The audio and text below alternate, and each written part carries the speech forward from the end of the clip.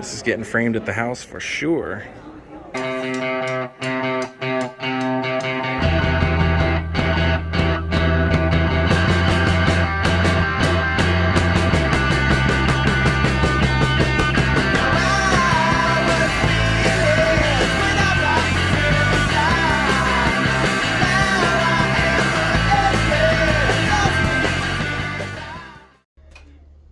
Well, good day, my friends. It's your old pal Jordan the Lion. Actually, it's good evening.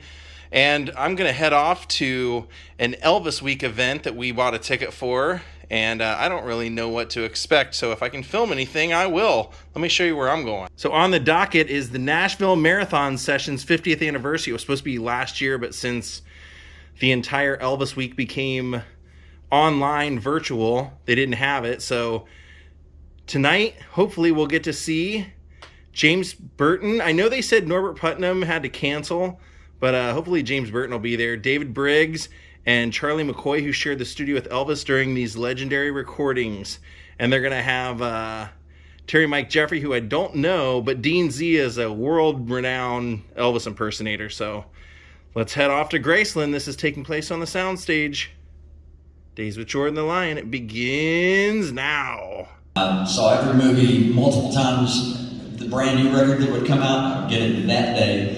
That was the Elvis fan that I was, and when it was announced he was going to perform in Vegas, I had to go because I thought that might be my only chance to ever get to see him. And so I went out there with my manager. At 15, I had a manager.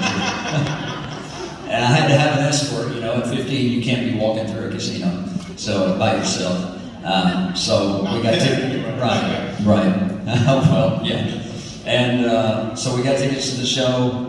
We saw the show, and after it was over, I was bound and determined if there was any way to get backstage, I was going to get back there, and I did. And I met him, and it was incredible. And he was incredibly nice, and just it's hard to describe standing and talking to him. It was just crazy good. The music in your life really began because of the music of Elvis, and you've continued on with your family. Yep. You're the leader of your family band. Yep. You've pretty much said the way to keep everything in the family is just take the family with you. That's right.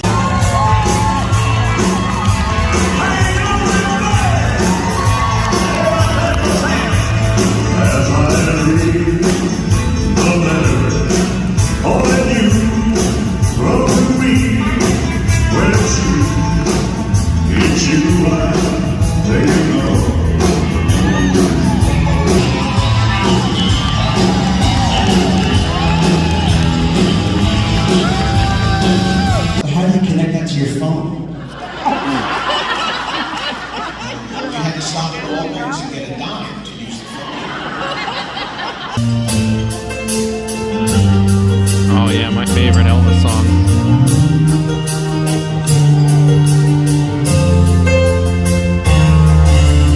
Lying by your side, I watch you sleep, and in your face, the sweet sunshine.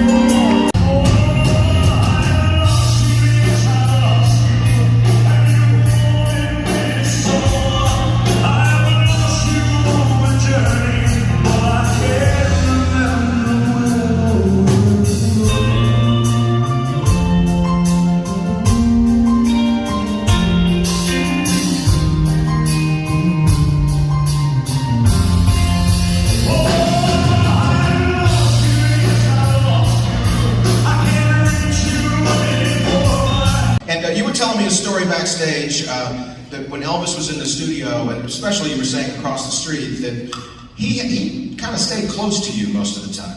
Well, he did this particular night. This was in the jungle the other day. And so I have recordings. I kept a recorder on all the time, and he knew he didn't care.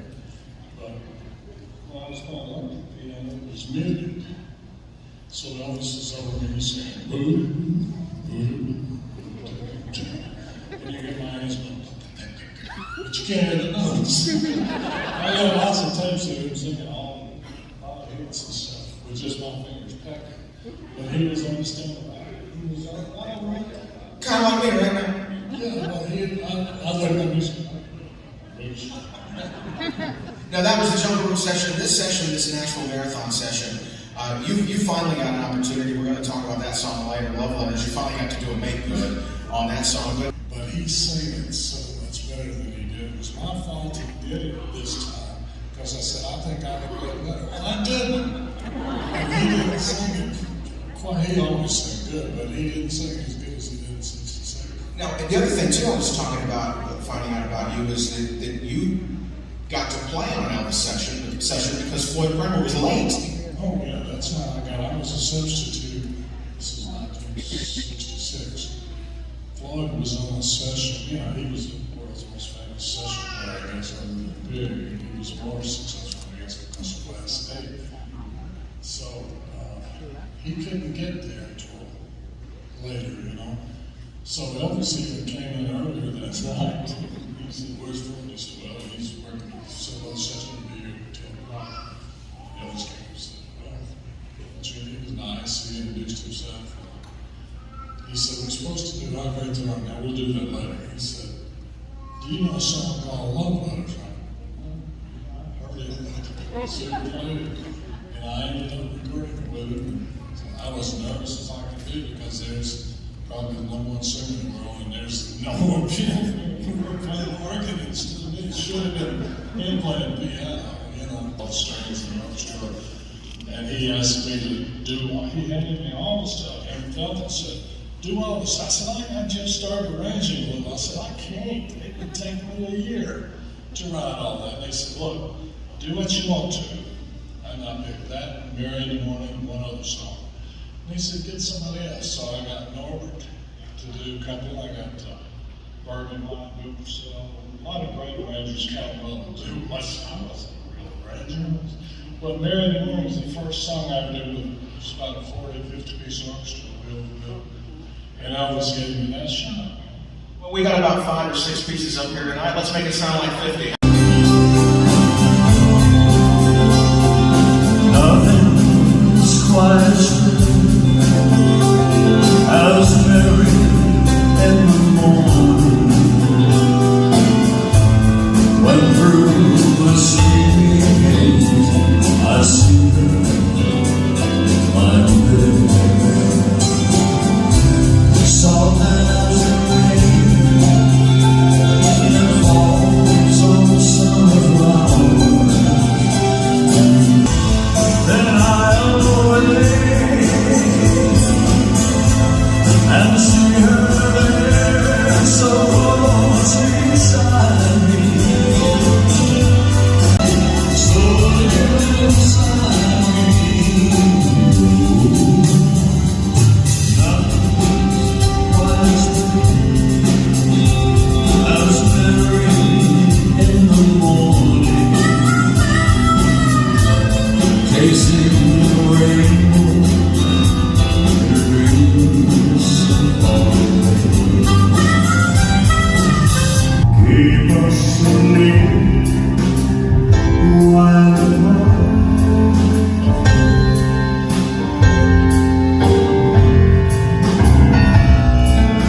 I'm not alone in the night. Actually, before all of this was built, we drove down the road. I didn't recognize anything, but it's great to be here and with David, and we have another special guest a little later, and this amazing band from Nashville. Good players in Nashville. Yeah, we have a whole lot of them. Probably been keeping me because I can do a lot of different things. And my first harmonica piece with Elvis was in the movie. The song was called Hard Luck. Right, yeah. And after that, I worked with him 13 albums, including this marathon, and it was really, really cool. I loved every minute of it. Well, there's a song you guys are going to do next, and this is one of those songs. Now, growing up in my house, my mother had the rock and roll record. She had the Carl Perkins and the Roy Orbison and the Elvis, but Dad had the country. Dad had Ernest Tubb and Conway and Hank and Stonewall Jackson. Stonewall had a hit with this song in the mid-'60s, and Elvis must have heard it and said, we're going to do this at the Marathon. And folks, we're going to take you back. Deansy and I this afternoon looked at each other. When you hear these first notes, it's going to blow your mind.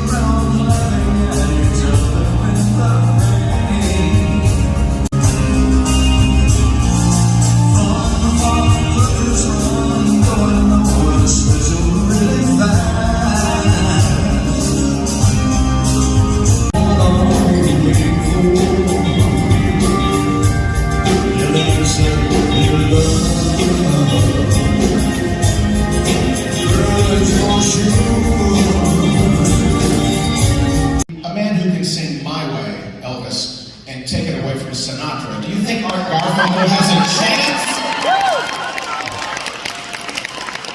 So as is talked about in the book, Norbert Putnam, and I'm hoping, this is Music Lessons Volume 1. He said I'm going to be in Volume 4, so I'm really looking forward to that coming out. But he also told me he's going to be at work this winter on Volume 2, so we can expect that soon.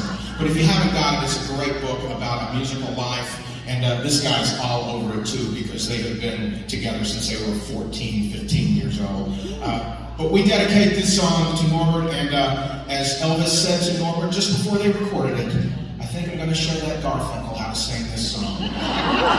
So everybody, no pressure. Yeah. When you're weary, feeling small, when tears are rolling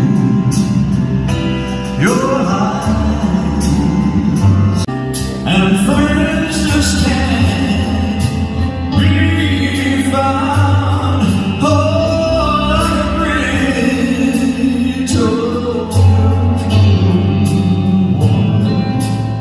Can't wait. Member of the Rock and Roll Hall of Fame, member of the Musicians Hall of Fame. Yeah! And you know here is John Denver, and Elvis Presley, and Ricky Nelson, and James Burton is in the house. Yeah.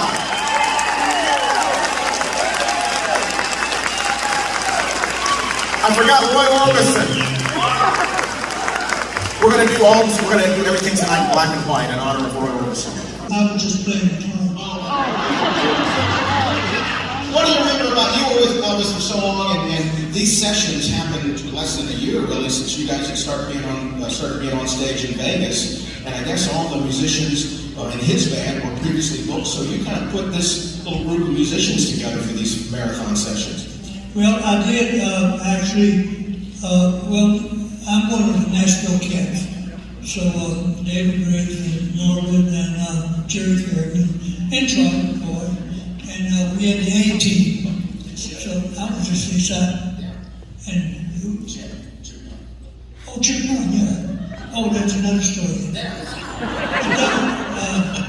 we just had a great time, and we got more songs than we just ran out of. I mean, we just got so many we could think of, you know. Ran out of tape and time. And time, yeah. All right, now this song, The Fool, rockabilly song from the 50s by Sanford Clark. Lee Hazelwood, one of the co-writers of this song. Right. I did the whole album. The only song I didn't play on with Sanford Clark was the Fool. So you made up for it with Elvis. You might not know this, but he just passed away. He just passed July 4th. We're going to dedicate this to him then. Here's The Fool for Sanford. All right, James Burton and The Fool.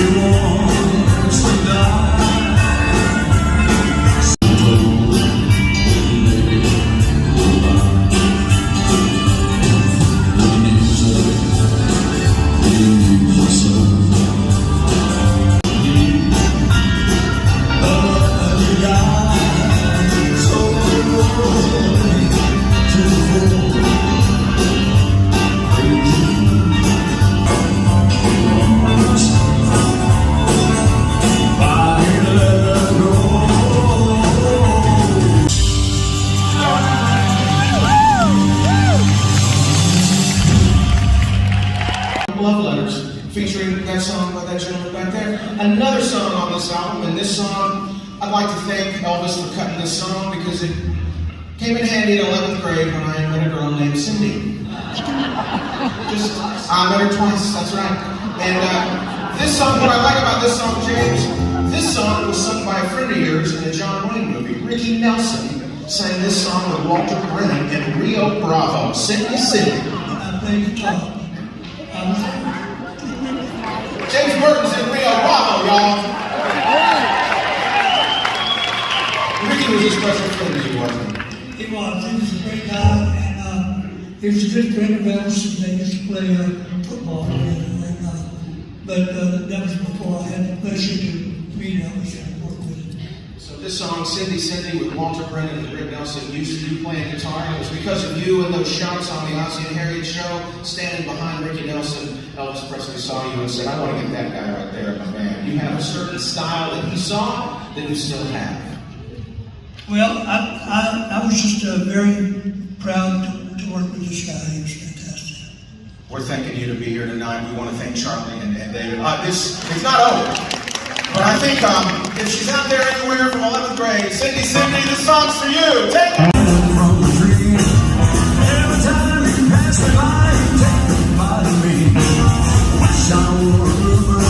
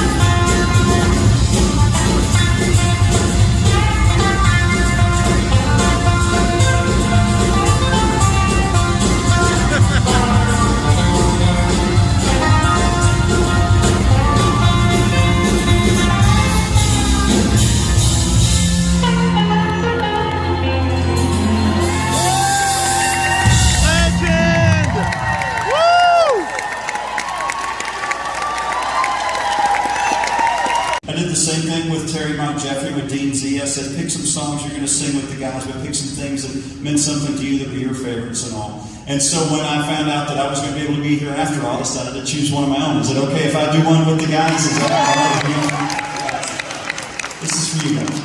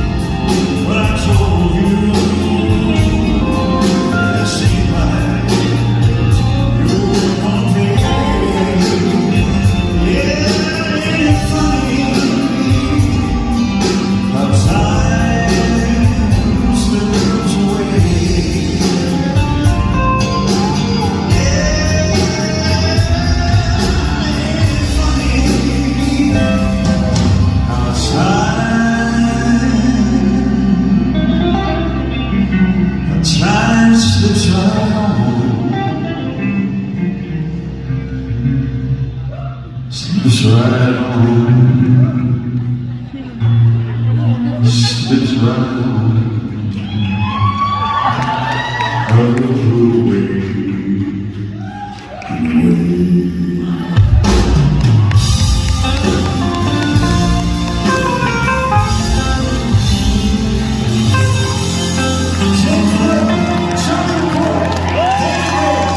God bless you. Good night.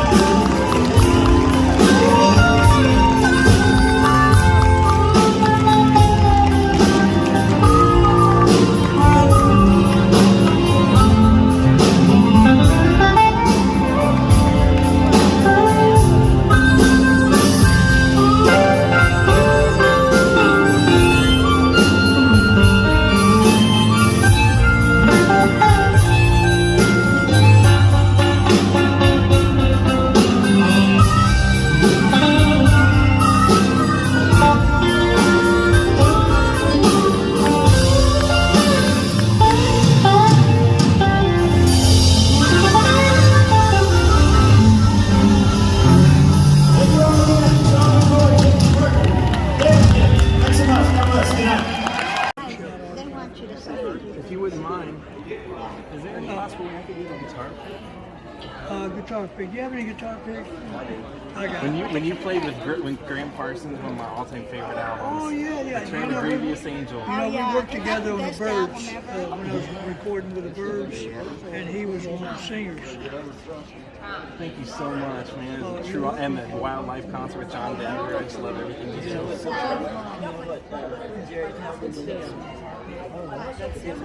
Thank you so much. Thank You you. made my God day. bless you, man. And I even asked for a guitar pick, and he gave me one of his guitar picks. How cool is that?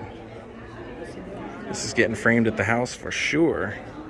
That is so cool. I got to meet him. He signed my record.